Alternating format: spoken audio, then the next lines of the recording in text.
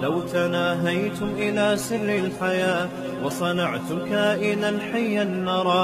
تو ہمیں یاد ہے، گونج کے میرے ہی کانوں میں آ رہی ہے دوبارہ، بچپن میں ہمارے محلے میں کسی بزرگ کا انتقال ہو گیا، 55-60 سال ان کی عمر تھی، کوئی بزرگ ہونے میں بھی اختلاف تھا کہ ابھی بزرگ ہیں بھی کہ نہیں ہیں. جب ابھی کچھ بہتر ہوئی ہے، جب ان کا انتقال ہوا نا تو جنازے میں ہم بھی گئے. تو آپ کو یاد ہے کہ جنازے میں لوگ کیا باتیں کیا کرتے تھے؟ بھائی موت تو برحق ہے، ہم سب نے جانا ہے. لیکن میں نے اس جنازے میں ماڈرن بزرگ دیکھے، یہ پرانے زمانے کے بزرگ ہوا کرتے تھے جو اس قسم کی باتیں کیا کرتے تھے. جنازے کو دیکھ کے، میت کو دیکھ کے یہ باتیں کیا کرتے تھے، بھائی ایک دن ہم بھی پٹے پہ لیٹے ہوئے ہوں گے، بھائی ایک دن ہمیں بھی اٹھا کے لے جا رہے ہوں گے لوگ. اب جب ماڈرن دنیا ہے نا تو اس میں یہ باتیں نہیں ہوتی. ماڈرن دنیا میں یہ باتیں ہوتی ہیں کہ کیوں مرے یہ، ان کی وجہ، ڈیتھ کی وجہ پہ غور کرو.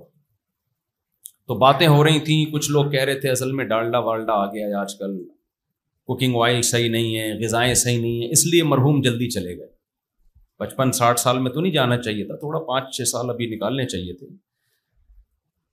کوئی کیا کہہ رہا ہے، کوئی کیا کہہ رہا ہے. میں بچہ تھا اس وقت، لیکن مجھے ان کی یہ باتیں بہت بری لگ رہی تھی کہ یہ موقع نہیں ہے یہ باتیں کرنے کا.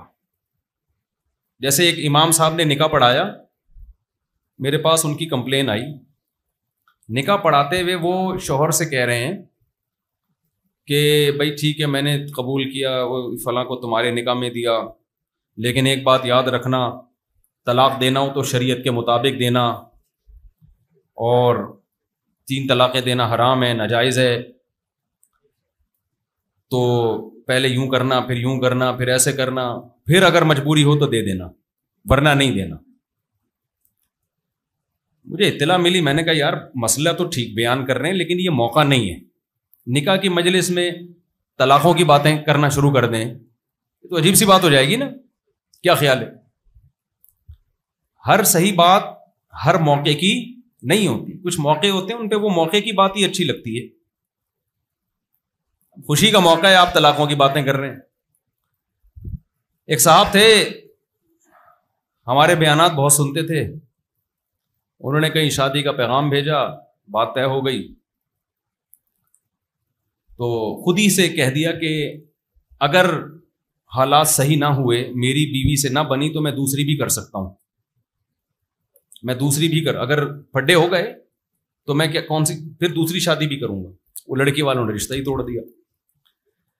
مجھے آگے بتانے لگے کہ دیکھو یار صاف گوئی کا زمانہ نہیں ہے، میں نے کہہ دیا تھا اگر ہمارے پھڈے ہوئے تو میں دوسری شادی بھی کر سکتا ہوں. میں نے کہا یہ صاف گوئی نہیں، صاف گوئی یہ ہوتی ہے کہ آپ بولتے کہ پھر بھی اگر مسئلہ نہ بنا تو میں منہ بھی توڑ سکتا ہوں، اور اگر پھر بھی ہماری آپس میں نہ بنی تو میں طلاق بھی دے سکتا ہوں. تو پوری بات کرتے نا. اور اگر خدا نہ خواستہ اس نے مجھے قتل کرنے کی کوشش کی تو میں اس کے سر میں گولی بھی مار سکتا ہوں. اگر مگر لگانا شروع کر دیں تو اس کی تو میرے بھائی ایک بہت طویل فہرست ہے. تو پاگل آدمی، تیری شادی ہو رہی ہے تو خوشی منا، تو محبت کی باتیں کر کہ ماشاءاللہ میں آپ کی بچی کو اچھا رکھوں گا. وہی پولیو کے قطرے والا واقعہ سنا آپ لوگوں نے؟ ایک بڑا زبردست واقعہ ہمارے پاس. میں یہ واقعہ برائے واقعہ نہیں سنا رہا، میں بتا رہا ہوں کہ جنازے پہ جو کرنے کی باتیں ہوتی ہیں وہ بھی لوگوں نے چھوڑ دی ہیں. وہ ڈالڈے اور دیسی گھی کی باتیں ہو رہی ہوتی ہیں جنازوں پہ کہ کیوں مرے یہ. او بھائی بندہ مر گیا، تم نے بھی کل مرنا ہے، تم نے بھی کل پھٹے پہ لیٹنا ہے، آخرت کی فکر کرو. یہ ڈالڈا یہ یہاں ٹاپک نہیں ہے، یہ کلینک میں ڈاکٹروں پہ اچھا لگتا ہے یہ ٹاپک. یا کسی اور مجلس میں بیٹھ کے بات کرنا دیسی گھی کھانا چاہیے کہ ڈالڈا کھانا چاہیے. میت پہ تو آپ سوچیں کہ بیٹا تو ڈالڈا کھائے گا یا دیسی گھی کھائے گا، آنا اسی پھٹے پہ ہی ہے. تو نے بتاؤ یہاں مجھ سمیت آپ میں سے کوئی ایسا ہے جو پھٹے پہ نہیں لیٹے گا؟ بتاؤ نا میرے بھائی. کوئی ایک ہے جو کہے میں پھٹے پہ نہیں آنے والا؟ آج آپ ڈبل بیڈ پہ سو رہے ہو، آج آپ ایئر کنڈیشن کمروں میں سو رہے ہو، آج کبھی اے سی کا ٹیمپریچر 17 پہ لے کے آ رہے ہو، ٹھنڈ لگ رہی ہے تو بڑھا کے 22 پہ لے کے جا رہے ہو، اور اٹھنا بھی نہیں پڑ رہا. اتنی سہولت والی زندگی، وہیں بیٹھے بیٹھے نا بٹن دبا کے اے سی کو سیٹ کر رہا ہوتا ہے. میرے بھائی ایک دن بہت جلد پھٹا بھی آنے والا ہے. مسجد میں جا کے جو پھٹے ہیں نا، ان پھٹوں کی بات کر رہا ہوں میں. جنازوں کے پھٹے یہاں بھی رکھے ہیں امام صاحب, کوئی پھٹا ہے ذرا اگلے بیان میں نا وہ پھٹا یہاں لا کے رکھے, ایک ایک بندے کو لیٹ کے اس پہ پریکٹس کرواؤں گا, لیٹ جا بھی پریکٹس کرنی چاہیے, لیٹیں کروٹیں لیں اور بولیں آج تو میں خود ہل رہا ہوں, کل کوئی ہلائے گا تو ہلوں گا, ورنہ ہلوں گا بھی اپنی مرضی سے نہیں, چاہے دیسی گھی کھاؤ یا ڈالڈا کھاؤ, کچھ بھی کھاؤ. جو دیسی گھی بنانے والی کمپنی ہے وہ خود پھٹے پہ لیٹی ہوئی ہوتی ہے, اس کے سارے ڈائریکٹر اور شرکا وہ بھی پھٹے پہ لیٹیں گے ایک دن آ کے. تو ہمارے ایک دوست تھے, ان کو کوئی رشتہ نہیں دے رہا تھا, میں ان کی کا سفارشی بن کے چلا گیا. تو وہ لڑکی کے ابا بیٹھے ہوئے, میں نے کہا کہ یہ ہمارے دوست ہیں, آپ کی بچی سے نکاح کرنا چاہتے ہیں. تو انہوں نے کہا اچھا ٹھیک ہے, بات چیت شروع ہوئی. تو یہ لڑکا اب کیا کہنے لگا, کہہ رہے ہیں دیکھیں میں پولیو کے خطرے نہیں پلاؤں گا اپنی اور بچوں کو, میں پہلے سے بتا دوں یہ یہودیوں کی سازش ہے. میں نے کہا اس کو کیا ہو گیا بھائی, کہہ رہے میں تو یہ ویکسینیشن وغیرہ کا توکل, مجھے اللہ پہ بہت توکل ہے, میں یہ ویکسینیشن کا قائل نہیں. انہوں نے انکار کر دیا. میں نے اس کو بولا, میں نے کہا بھائی تو کس قسم کی باتیں کر کے آیا یار. کہہ رہے ہیں بھائی پہلے سے کلیئر کر دینا ضروری ہے. خدا کے بندے تیری شادی ہوگی, پھر تیرے بچے ہوں گے, اس کے بعد پولیو کا مقام بہت بعد میں جا کے آتا ہے. کس قسم کی بات, یہ موقع نہیں ہے.